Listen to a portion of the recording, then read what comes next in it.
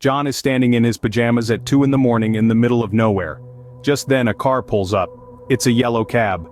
The cab driver looks at John and says, "Are you all right?" John looks at him and tells him he's fine.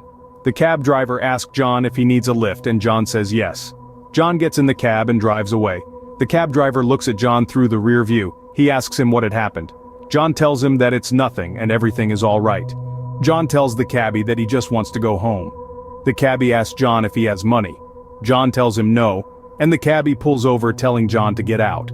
John is surprised by this and tells the cabbie that he had a rough night, and when he drops him off, that he could give him money from his house.